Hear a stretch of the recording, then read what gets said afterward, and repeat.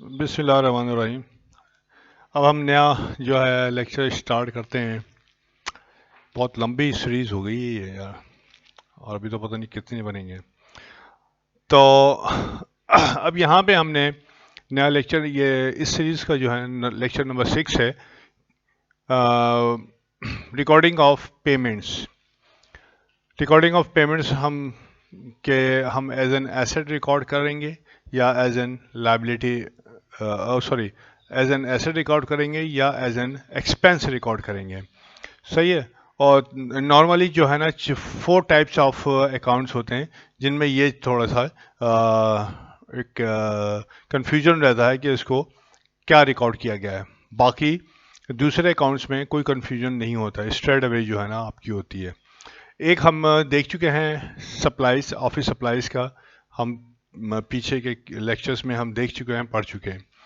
अब हम देखते हैं कि रेंट जो है, नॉर्मली जो है सवालात जो है रेंट, ऑफिस सप्लाईज और क्या होता है, इंश्योरेंस, इसके आते हैं।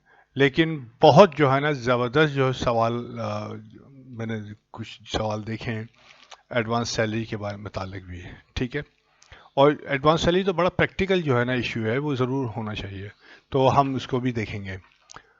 अब यहाँ पे हमने रेंट की पेमेंट की और उसको रिकॉर्ड किया एज एन एसेट। सही है जी, एसेट के तौर पर रिकॉर्ड कर लिया। अब इसको मैं रिकॉर्डिंग को रोक रहा हूँ, और जो कुछ मुझे लिखना है यहाँ पे लिख के फिर मैं I will explain it to you. सही है, just to save the time, and I will try to finish this payment of rent as an asset, then as an expense in one lecture. I will try my best to complete it in one lecture. सही है, तो मैं इसको रोक रहा हूँ।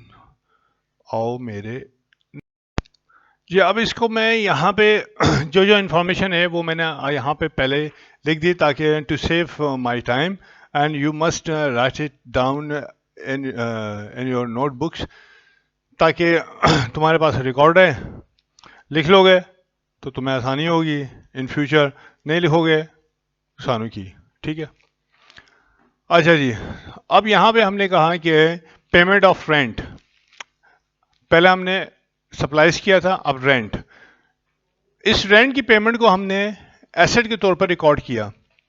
ये कब होता है, ये कंफ्यूजन कब होता है? अगर हम किसी भी एक्सपेंस की पेमेंट एक से ज़्यादा महीने के लिए करेंगे तो ये सिचुएशन अराइज होगी। अगर मंथ टू मंथ हम करेंगे तो ये सिचुएशन अराइज ही नहीं होगी। सबसे बड़ी बात ये है।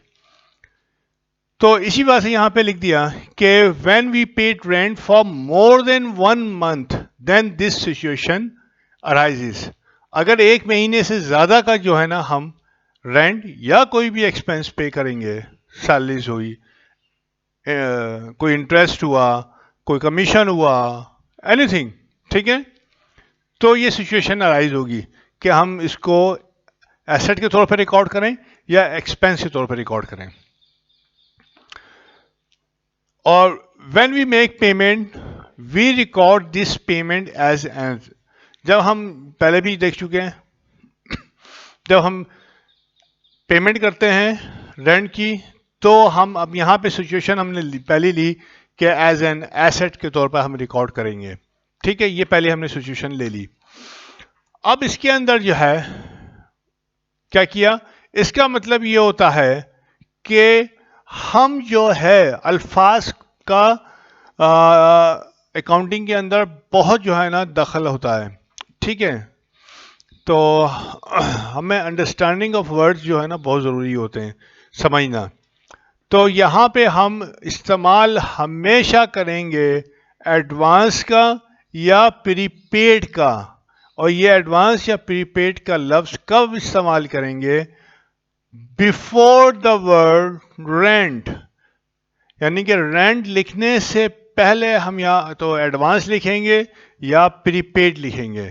ठीक है, और हम कभी लफ्ज़ इस्तेमाल नहीं करेंगे, we do not use word expense after rent, और रेंट के बाद हम कभी भी एक्सपेंस का वर्ड इस्तेमाल नहीं करेंगे when we record payment of rent, जब हम सही है रिकॉर्ड कर रहे हैं रेंट की पेमेंट को और हम एक्स एसेट के तौर पर इसकी रिकॉर्डिंग कर रहे हैं, तो हम जो है कभी भी रिकॉर्ड नहीं करेंगे, वर्ड इस्तेमाल नहीं करेंगे एक्सपेंस।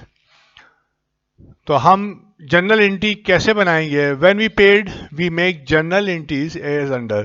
पहले से हम देखते चले आ रहे हैं, no need to explain further more. Advance या प्रीपेड रेंट हमने एक्सपेंस नहीं लिखा।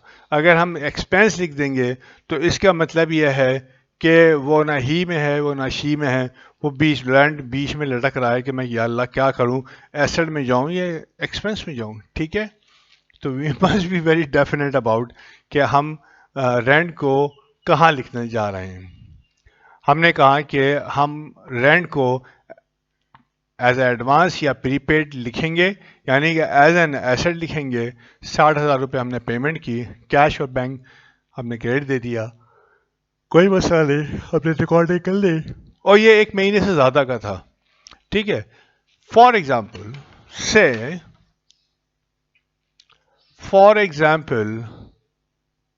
फॉर 12 months 12 months रेंट लिख देता हूं मैं। 12 महीने का रेंट हमने पे किया, और ये नॉर्मल है। मतलब कि कोई मैं जो है ना अलग से बात नहीं कर रहा हूँ, हमारी सोसाइटी के अंदर जो है ना ये इट्स वेरी नॉर्मल जो है ना, रेंट जो है अमूमन 3 महीने 6 महीने, और जब वो कमर्शियल कहीं काम करते हैं तो रेंट जो है वो फुल ईयर का जो है वो एडवांस ले लेते हैं कि भाई ये दे दीजिए आप हमको। ठीक है, और देना पड़ता है क्योंकि वो फिर लोकेशन वगैरह के हिसाब से देख के जो है ना बात होती है। It's very practical one, right. लेकिन ये वेरी नॉर्मल है कि आपने ये होता है। अब आपने 12 महीने का जो है रेंट आपने पे कर दिया एक साथ। ठीक है, और ये कब पे किया? ये पिया नहीं, ये किया इन जुलाई।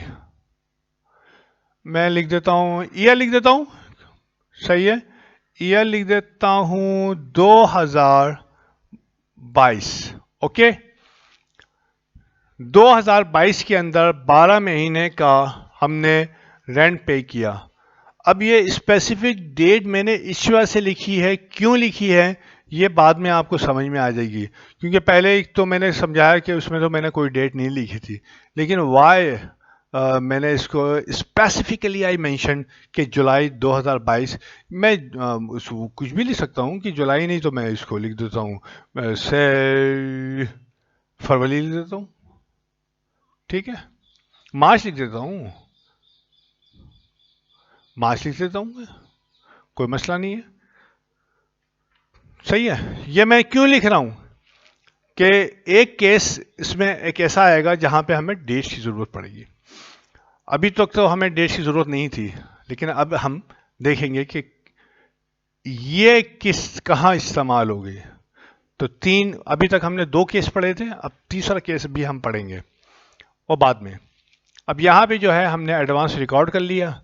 आपको मैं बहुत जल्दी चलूँगा, एडजस्टमेंट इंफॉर्मेशन मिली,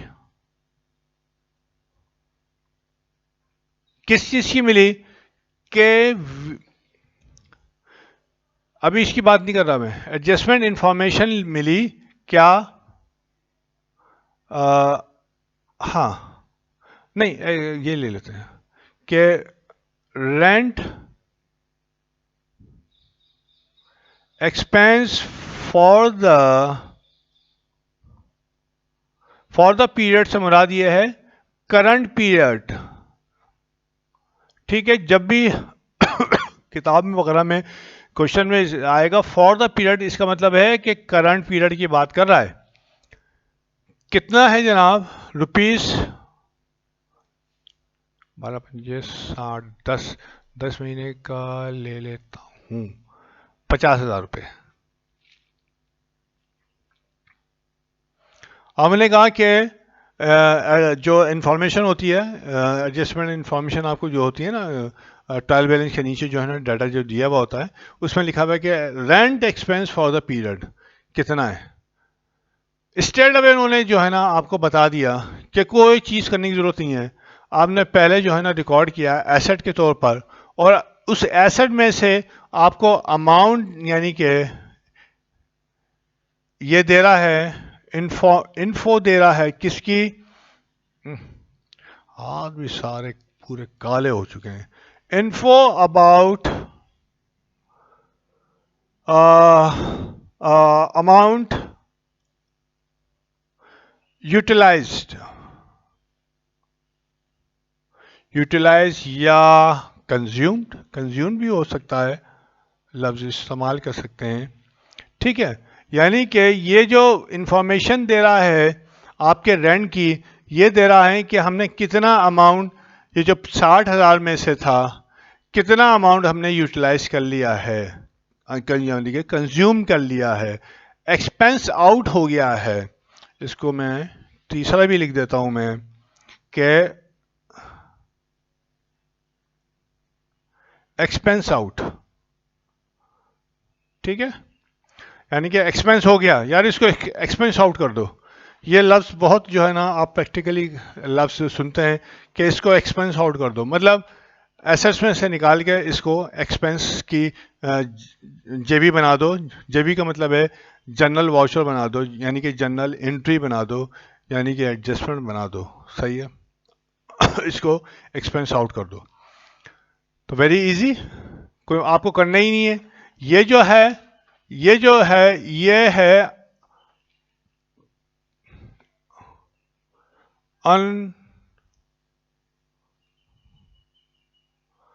अनयूटिलाइज, या 60 को नीचे लिख देता हूं मैं थोड़ा सा। सही है, या अनयूटिलाइज, या क्या लिखूं मैं, अनकंज्यूम्ड।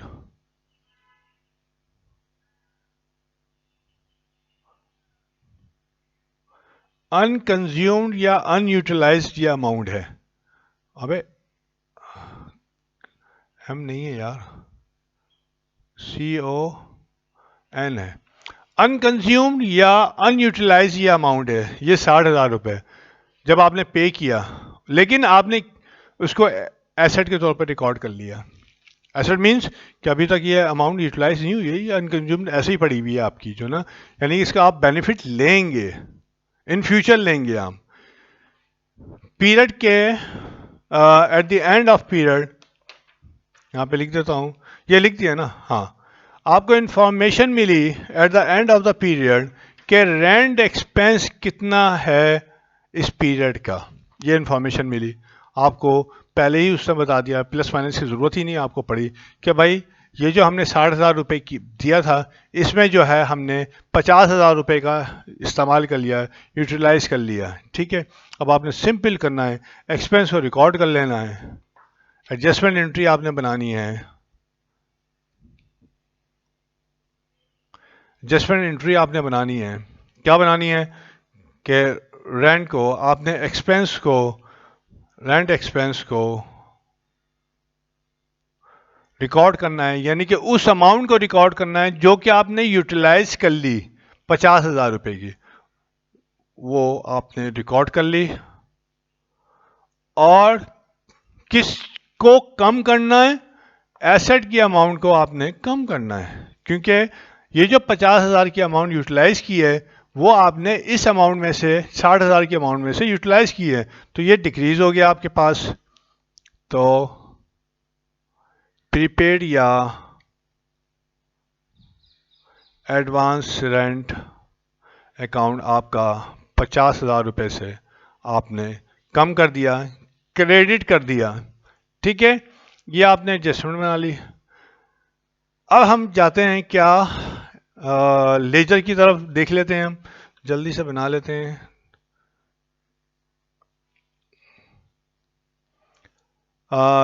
हमने बनाया प्रीपेड रेंट का लेजर, प्रीपेड या एडवांस रेंट। ये मैं दोनों लफ्ज़ लिख रहा हूँ, आपने एक लफ्ज़ लिखना होगा, पता चला आप भी दोनों लफ्ज़ लिख रहे हो। लकीर के फ़कीर नहीं बनना। दोनों लफ्ज़ इस वजह से लिख रहा हूँ कि तो हमारे जहन में यह हो कि दोनों लफ्ज़ इस्तेमाल हो सकते हैं, कभी प्रीपेड आएगा कभी एडवांस आएगा, तो don't get confuse your self के क्या है ये, same, they have the same meaning. 60,000 की जो है ना आपने ये रिकॉर्डिंग कर ली कैश की, ठीक है जी। और आपने एक्सपेंस अकाउंट यहाँ पे बनाया, यहाँ बना लें, सॉरी रेंट एक्सपेंस अकाउंट, ये आपने बना लिया, ये रेंट एक्सपेंस अकाउंट आपने बनाया और 50,000 से आपने डेबिट कर दिया, ठीक है। ये डेबिट किसकी वजह से हुआ, एडवांस या प्रीपेड रेंट की वजह से ये आपने डेबिट किया, और एडवांस या प्रीपेड रेंट कम हुआ मतलब क्रेडिट हो गया, किसकी वजह से, रेंट एक्सपेंस की वजह से ये कम हो गया। तो बैलेंस कितना रह गया, बैलेंस एसेट अकाउंट के अंदर बैलेंस रह गया 10,000 रुपये का, ठीक है जी। और इसका बैलेंस एक्सपेंस का बैलेंस आपके पास 50,000 रुपये ये हो गया। ये बैलेंस चला गया प्रॉफिट एंड लॉस के अंदर और आपके प्रॉफिट को इसने कम कर दिया, और ये बैलेंस चला गया आपका बैलेंस शीट के अंदर और इसने जो है 50,000 से आपके एसेट को जो है कम किया, कम करके 10,000 कर दिया, और बैलेंस शीट ने एक्यूरेट जो है जो एसेट की फिगर थी वो शो कर दी, और यहाँ पे प्रॉफिट की फिगर आपके एडजस्ट हो गई। तो ये चीज़ होती है कि जब आपने रेंट की पेमेंट की, आपने जो है कोई और उसको रिकॉर्ड करना है, और यानी कि ज़्यादा पीरियड के लिए की, 1 महीने से ज़्यादा की पीरियड के लिए की, तो आपने किस तरीके से एसेट को रिकॉर्ड किया, और आपको इन बेस दोनों चीज़ें बहुत इंपॉर्टेंट हैं कि किस तरीके से आप रिकॉर्ड किया और आपको इंफॉर्मेशन कौन सी मिली, ये दोनों चीज़ें बहुत अहम हैं, और इसकी बेस के ऊपर ही जो है ना आपकी एडजस्टमेंट होती है, वरना तो सारा टोटल गलत हो जाएगा। तो ये रिकॉर्डिंग हो गई। अच्छा जी, अब हम आगे चलते हैं। हमने कहा कि हमारे पास इंफॉर्मेशन है, टाइम के तो हो गया। अच्छा, हमारे पास इंफॉर्मेशन मिली रेंट एक्सपेंस की। अब पता चला कि हमें रेंट एक्सपेंस की इंफॉर्मेशन नहीं दी, हमारे असिस्टेंट ने कहा कि सर 10,000 जो है ना बैलेंस रेंट अकाउंट में पड़ा हुआ है और अभी तक वो अगले पीरियड का है, अगले पीरियड में उसको हम यूटिलाइज कर लेंगे 10,000 को। आपने कहा ओके वेल डन, सही है। अब हम देखते हैं दूसरा, आई थिंक ये केस 1 था ना, मैंने लिखा नहीं यार इसको, हाँ यहाँ पे लिख देता हूँ मैं, केस नंबर 1, ठीक है। और यहाँ पे हम अब काम करेंगे किसमें, केस नंबर 2। वो क्या है, यानी कि जो ओपनिंग इंफॉर्मेशन है, ओपनिंग डिस्कशन में लिखता हूं, discussion and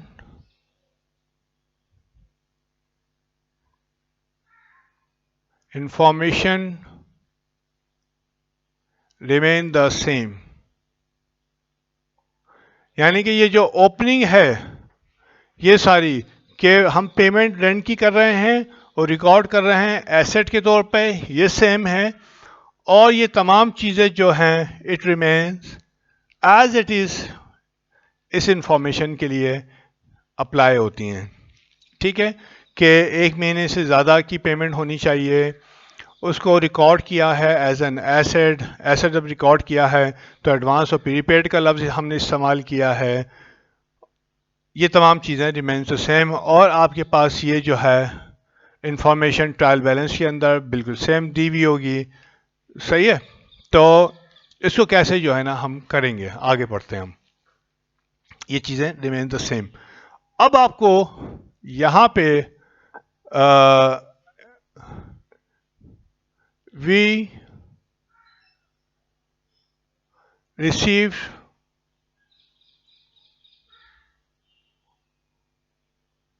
information period end पे at at the end of period। क्या मेरी वो, मैं इसको रोक के लिखता हूं ताकि just to save the time.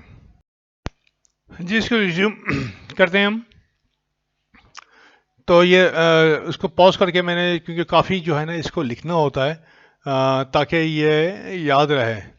तो अब ये नहीं कि केस 2 जो है हमने डिस्कस किया कर रहे हैं। केस 1 में तो हमने इसको ये देख लिया कि क्या चीज़ थी कि आपको रेंट एक्सपेंस के बारे में दिया था कि यानी कि कितनी अमाउंट जो है यूटिलाइज हो गई। लेकिन व्हाट इफ के यानी कि ओपनिंग डिस्कशन और इंफॉर्मेशन जो है वो आपकी सेम है, कोई इसमें तब्दीली नहीं है। जो यहाँ थी ये सारी ओपनिंग वही इस केस की ओपनिंग है। सही है, don't worry about it. Change क्या हुई इंफॉर्मेशन? इंफॉर्मेशन चेंज हुई कहाँ? डाटा फॉर एडजस्टमेंट में।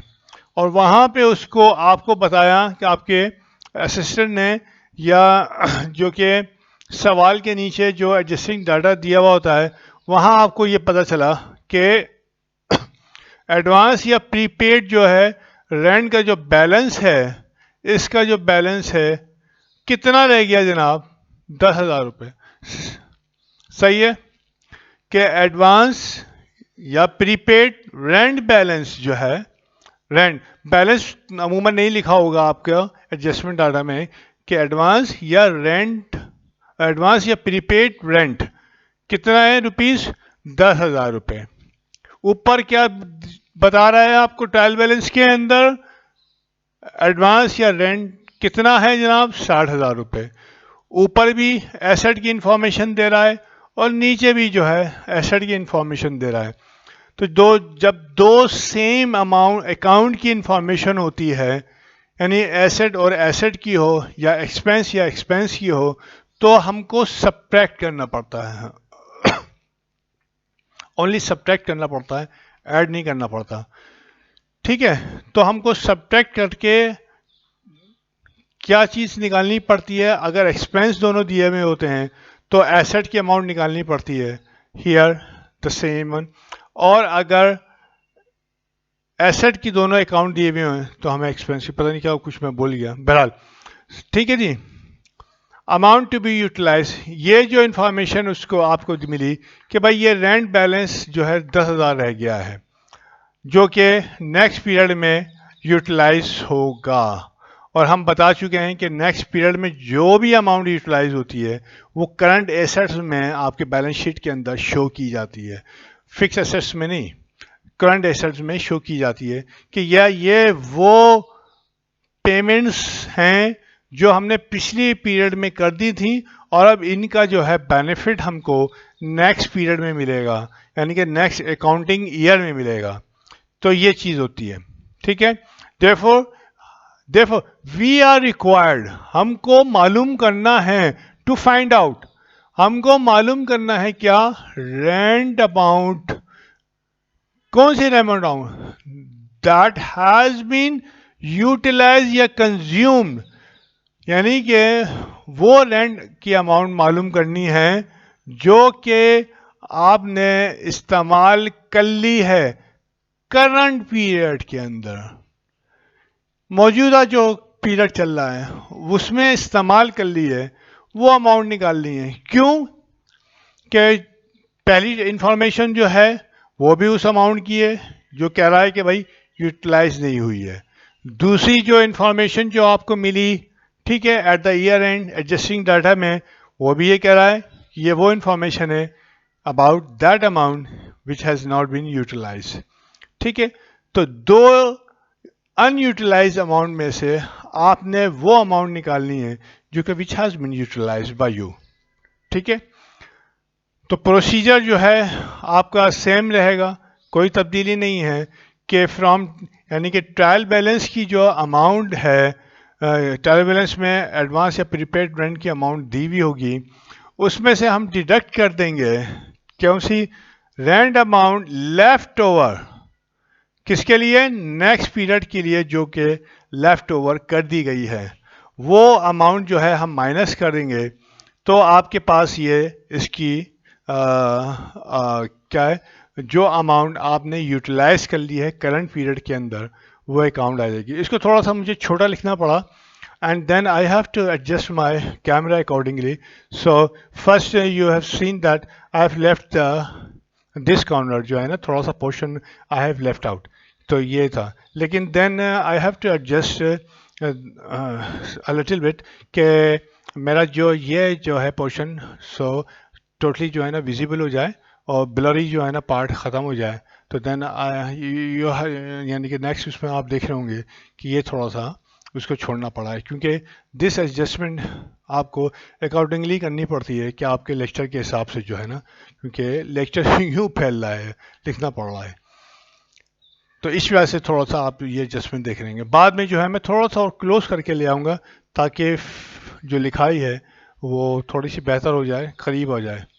अगर मैं इसको एक उसके अंदर एक फ्लो में मैं नहीं ख़त्म करने की कोशिश करूँगा, तो इसको मिटा के अगर मैं लिखूँगा तो वो बात नहीं बनेगी। इस वजह से मुझे इसी में ही गुजरना है सब कुछ, जो है ना, जो भी इंफॉर्मेशन है। 3 केसेस हैं, ये सेकंड केस हम पढ़ रहे हैं। तो हमने एडवांस की जो ट्रायल बैलेंस की जो अमाउंट थी, ठीक है, ट्रायल बैलेंस में जो शो हो रही थी, उसमें से एडजस्टमेंट इन्फो जो थी वो हमने माइनस कर दी, तो एक्सपेंस आपके पास आ गया। मतलब ये भी एसेट है, ये भी एसेट है, और आपने क्या निकाल दिया, एक्सपेंस। ठीक है, थोड़ा सा आई डोंट नो ब्लर हो रहा है या नहीं हो रहा, नहीं नज़र आ रहा, ठीक है, सही है। तो ये असल में इसका फोकस जो है इस अबाउट 5.5 फीट का चौड़ाई में इसका फोकस है। इस वजह से दैट 6 इंचेस जो है बिकम योर ब्लरी पार्ट, तो आपको एडजस्ट करना पड़ता है। तो आपने रेंट अमाउंट जो कि यूटिलाइज हुई है करंट पीरियड के अंदर, वो आपने मालूम कर ली। ठीक है, मैं रोकता हूँ उसको।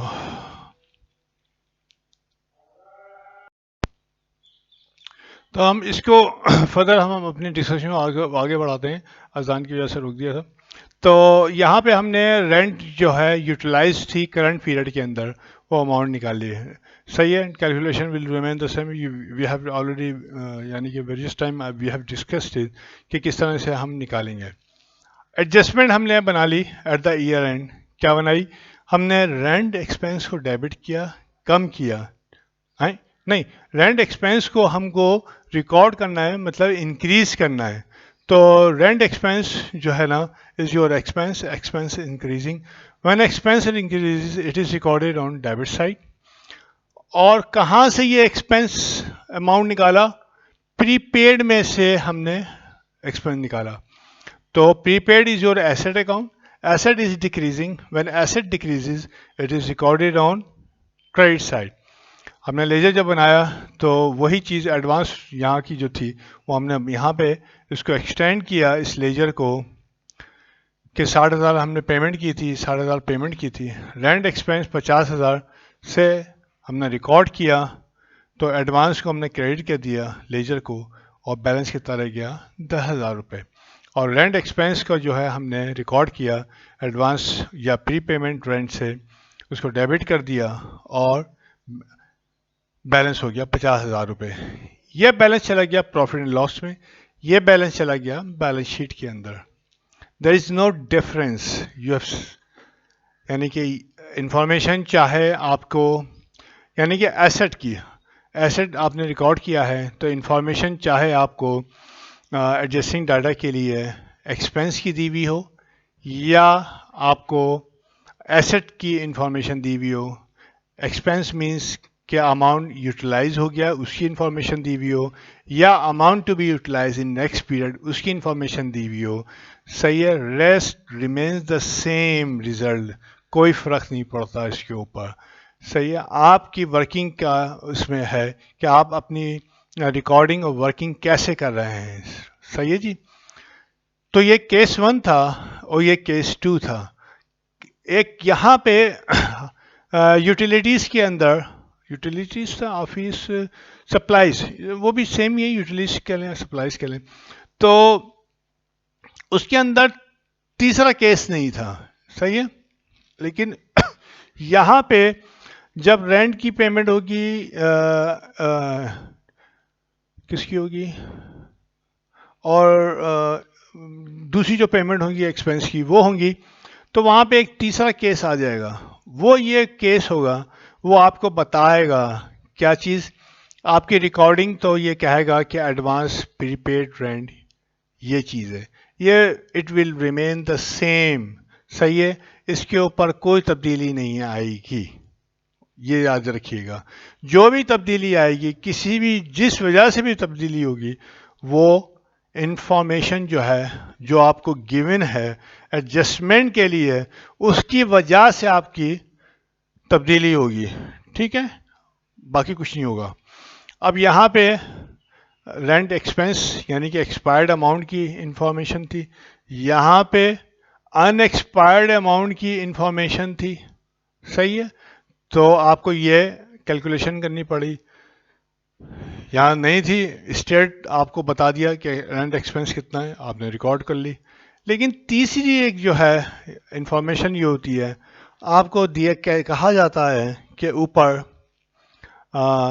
आपने एडवांस और प्रीपेड रेंट आपने रिकॉर्ड कर लिया, लेकिन नीचे जो है एडजस्टमेंट के अंदर ये आपको दिया हुआ होता है कि क्या रेंट पेड ऑन मार्च, सही है, आगे लिख सकता है फॉर फुल ईयर, यानी ये दे भी सकता है यानी ये भी लिखे रेंट पेड और ऑन मार्च फॉर 12 मंथ, सही है, 12 महीने का हुआ है।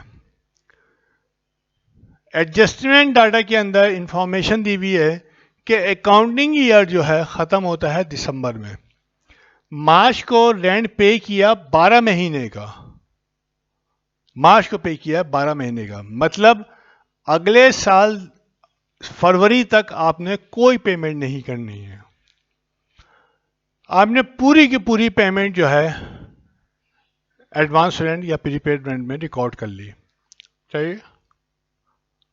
अब क्या करना है, अकाउंटिंग ईयर कब क्लोज हो रहा है, दिसंबर में, लेकिन रेंट पे हुआ है 12 महीने का, और इस करंट पीरियड में 12 महीने में से 10 महीने आप यूटिलाइज करेंगे। 2 महीने का जो रेंट है जनवरी और फरवरी का, वो आप यूटिलाइज कब करेंगे, नेक्स्ट ईयर, सही है। और नेक्स्ट ईयर पेमेंट का वो हिस्सा जो नेक्स्ट ईयर आप यूटिलाइज करेंगे, it become your current asset, सही है। तो इस इंफॉर्मेशन के तहत जो है, it means we have paid rent in the March, March के अंदर हमने पेमेंट की, सही है, 12 महीने के लिए हमने पेमेंट की है,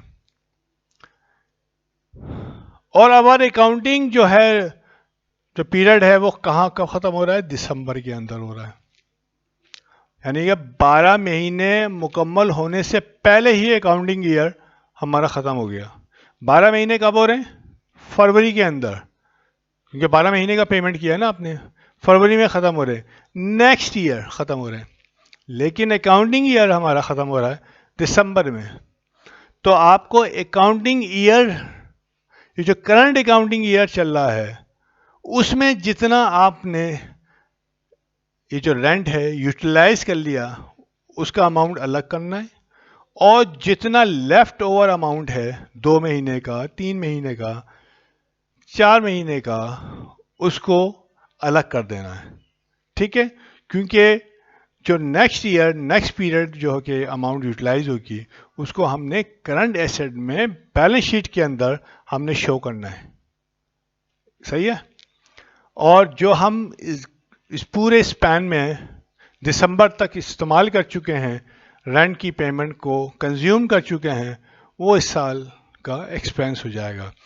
कैलकुलेशन कैसे होगी? इट्स वेरी इजी कि so the payment is left over. अच्छा, ये मैंने वही जो मैंने दोबारा किया कि therefore 2 months payment of January and February next year की will be utilise in next period. तो ये वो जो अभी मैं सारा कहता आ रहा हूँ उसको मैंने थोड़ा सा लिख दिया है ताकि तुम लोग जब भी देखो तो इसको रिकॉर्ड लिख जरूर लेना। So this payment is left over payment है, यानी कि आगे के लिए आपकी पेमेंट है फॉर नेक्स्ट ईयर। और 10 महीने की जो रेंट पेमेंट है वो इसी साल आपने यूटिलाइज कर ली, वो expense, it become your expense, right. Calculation बहुत आसान है। 10 महीने के कैलकुलेशन कितनी होगी? 60,000 रुपये। मैं आपको, क्योंकि you are well aware of the calculation, 60,000 total आपने पेमेंट की थी, 12 महीने की थी, डिवाइडेड बाय 12, 1 महीने की आ गई, मल्टीप्लाई बाय 10, तो 10 महीने की आ गई 50,000 रुपये। ये एक्सपेंस हो गया आपके पास। और 60,000 रुपये डिवाइडेड बाई 12 1 महीने की आ गई, मल्टीप्लाई बाय 2, तो 10 महीने की आ गई। अगर इफ़ यू से, तो मैं थोड़ा सा इसको एक्सटेंड कर देता हूँ, कोई बात नहीं, कैलकुलेशन को मैं एक्सटेंड कर देता हूँ ताकि यू फील कंफर्टेबल। इसको मैं मिटाता हूँ क्योंकि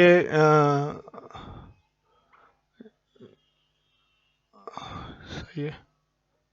अच्छा जी, इसको मैं करता हूँ डिवाइडेड बाय 12, इट बिकम कितनी? 5,000।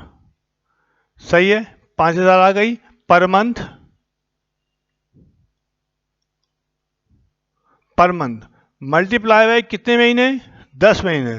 कितने हो गए आपके पास? 50,000 रुपये। ठीक है, दिस इज बेटर। इसी तरीके से 5,000 पर मंथ, कितने महीने की आगे जा रहा है? 2 महीने का। ओह, 2 महीने की पेमेंट जो है वो आगे जा रही है, जनवरी और फरवरी की। कितनी होगी जनाब? 10,000। ठीक है, दिस इज फाइन की, यानी कि कैलकुलेशन समझ में आ रही है। ये 12 महीने की, तो ये 5,000 पर मंथ आया, तो 10 महीने के 50,000 रुपये, ये एक्सपेंस हो गया आपके पास। और ये हो गया क्या? एसेट ही लिखता हूं मैं, एसेट बैलेंस। एसेट में कितना बैलेंस रहेगा? 10,000 रुपये। लेजर तो आप बना ही लोगे, कोई मसला नहीं है। Adjustment entry will remain the same, जो आप यहाँ पे बनाते आ रहे हो, इस अकाउंट में बनाई वही यहाँ पे बनेगी, जो आपने यहाँ बनाई थी वही यहाँ पे बनेगी। There is no difference. सही है, लेजर बिल्कुल सेम ऐसा ही होगा। तो सिर्फ बताने का मकसद ये था कि आपको जो है केस 3 भी आ जाता है कि 12 महीने की आपको पेमेंट का बता दिया, 6 महीने की पेमेंट का बता दिया, ठीक है, और उसमें से 1 महीना जो है अगली पीरियड का है। तो इट डिपेंड्स, यानी कि on the information, how you see the information given in adjusting data, और अकॉर्डिंगली आपने काम करना है। ये तो मैंने बताया आपको। सही है जी। तो अब ये वाला हमारा जो है सेशन जो है, आई थिंक इट्स कंप्लीटेड। इसको मैं थोड़ा सा आगे कोशिश करता हूँ कि थोड़ी फिगर हो जाए। Just hold on. ये थोड़ा सा मैंने कैमरे को आगे पीछे जो है ना वो किया है ताकि थोड़ा सा ये समझ में आपको इजीली जो है ना you pick up the words which I written over here और make it note it in your notebooks और होप जो है ना समझ में आ गया होगा। ये इतनी जल्दी समझ में नहीं आएगा, ठीक है, इट विल टेक टाइम। आप जो है ना उसको जो है एडजस्टमेंट जो है डाटा को देखिए, उसमें किस इंफॉर्मेशन कैसे दी हुई है, एंड देन यानी कि you just try to correlate with my lectures. अभी तो ये मुकम्मल नहीं हुआ है, जब ये मुकम्मल हो जाएगा then you will see, you will check. सही है ना। डेप्रिसिएशन हम कर चुके हैं, अलाउंस और क्या कर चुके हैं, एक्रूड एक्सपेंस, एक्रूड इनकम हम कर चुके हैं, ठीक है। ये 3 तो हम कर ही चुके हैं। और अलाउंस फॉर बैड डेट के लेक्चर्स में अपलोड कर रहा हूँ, तो वो इंशाल्लाह हो जाएंगे 2-3 दिन में जो है ना हो जाएंगे। फिर देन दिस विल स्टार्ट। तो एटलीस्ट एडजस्टमेंट डिप्रिसिएशन की जो है और 3 जो है एक्रूड एक्सपेंस और एक्रूड इनकम की जो है आपको एडजस्टमेंट बनानी है, उसको आप अपनी किताब में देखें, अपने 5 ईयर पेपर्स के अंदर देखें और उसको बनाएं, ठीक है। और मेरा लेक्चर देखते रहें और किताब को देखें, रेफ़र करें, अंडरस्टैंड करें कि what it's saying all about, और उसको बनाएं। क्योंकि जितनी प्रैक्टिस इस वक्त आप कर लेंगे तो समझ लें कि सेकंड ईयर के अंदर इस तरह की आपको इंफॉर्मेशन मिलेगी, लेकिन it will be very less. फिर आपको बीकॉम में या आप फर्दर कोई प्रोफेशनल आप स्टडी करेंगे तो वहाँ पे होगी, वहाँ ये तमाम चीज़ें नहीं बताई जाएंगी, सिखाई जाएंगी।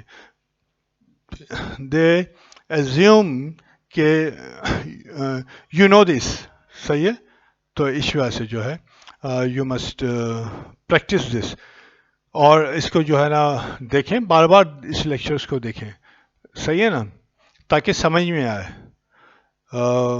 चलिए, बहुत बहुत शुक्रिया बच्चों फॉर ऑल योर, जो भी 3-4-5 जो हैं वो देख रहे हैं। तो मुझे नहीं पता कौन देख रहा है कौन नहीं देख रहा, बट देखो, पढ़ो, और if you know the other student, आप उनको भी जो है ना इस बारे में बताइए कि भाई मुफ्त से देखो, समझो। ओके, चलिए, बहुत बहुत शुक्रिया। अल्लाह हाफिज़, अस्सलाम वालेकुम।